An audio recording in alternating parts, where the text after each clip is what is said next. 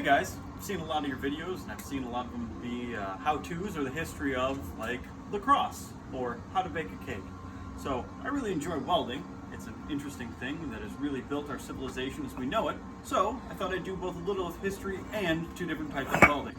So welding itself really got popular starting with the most basic type of welding, forge welding, which happened during the Middle Ages. You would heat metal or steel to its plastic deformation point, and then you basically hammer them together till they fused and you couldn't get them back apart. In today's day and age, we use something a little more sophisticated. So what we do is we use either an alternating current or direct current arc that then superheats the metal and basically melts it. And you make basically industrial grade hot glue. So what I'm going to do first is going to be what's called hard facing. So the metal materials that you usually use for welding are usually very hard versions of steel. So if you're making, let's say, the teeth on a bucket for an excavator, you would hard face them if they started to wear down, and then you get harder teeth that don't wear out as quick. The next is going to be a standard T-joint, which if we're going to be, let's say, building a race car or building a skyscraper, you're going to use a lot of in order to build your corners or connect things to other things.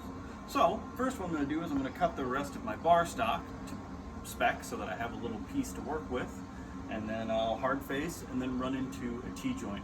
So my cameraman's going to actually put a welding shield in front of it that's actually in my helmet, which we're going to talk about in a second too. Wearing safety glasses for my cutting, and then we'll go into what you need to actually weld shortly after. So let's finish this up.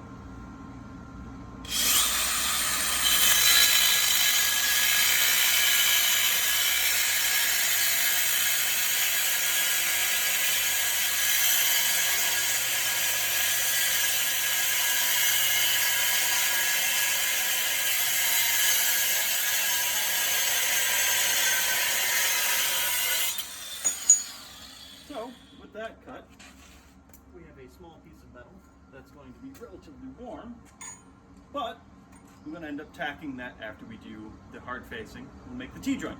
So, when it comes to welding itself, there are a couple safety precautions that we have to worry about. So, when the arc actually goes through the air, it's going to generate both a lot of UV and radio waves, which can be picked up by both cameras and your skin. So much like the sun, it's going to be very bright. You can't look directly at it, which is why they make welding helmets. And you gotta at least cover all of your exposed skin so it can actually sunburn you and cause cancer.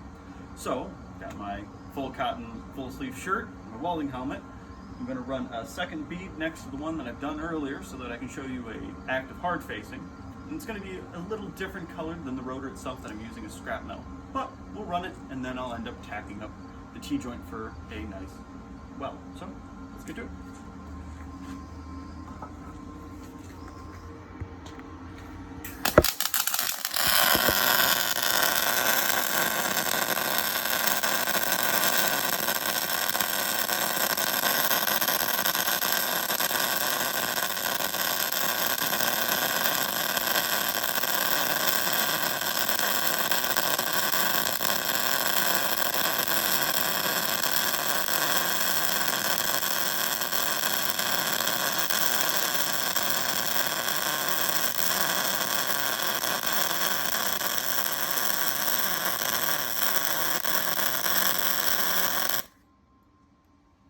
So, with that done, and the beads slightly overlapping, you would do this, you'd leave it a little thick so that it could come down and be ground afterwards, that way you get your final form.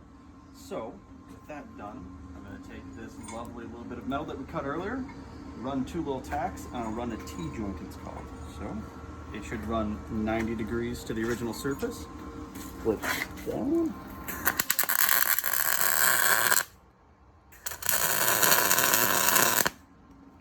Now that I've got two tacks holding the piece of metal, I don't really have to worry about it.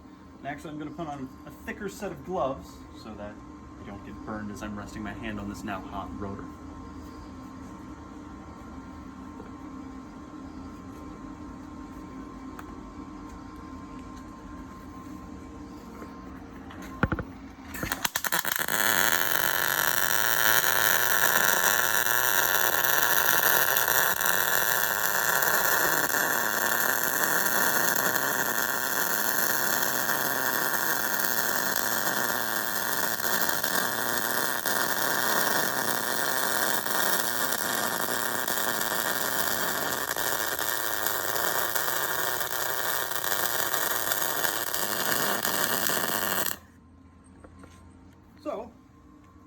we got both of these types of welds done.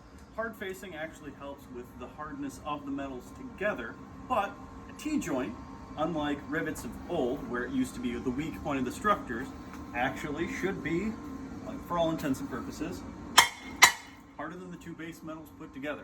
So your weld actually ends up being the strongest part of the structure. Now, that's all I got for today. Have a great day, guys.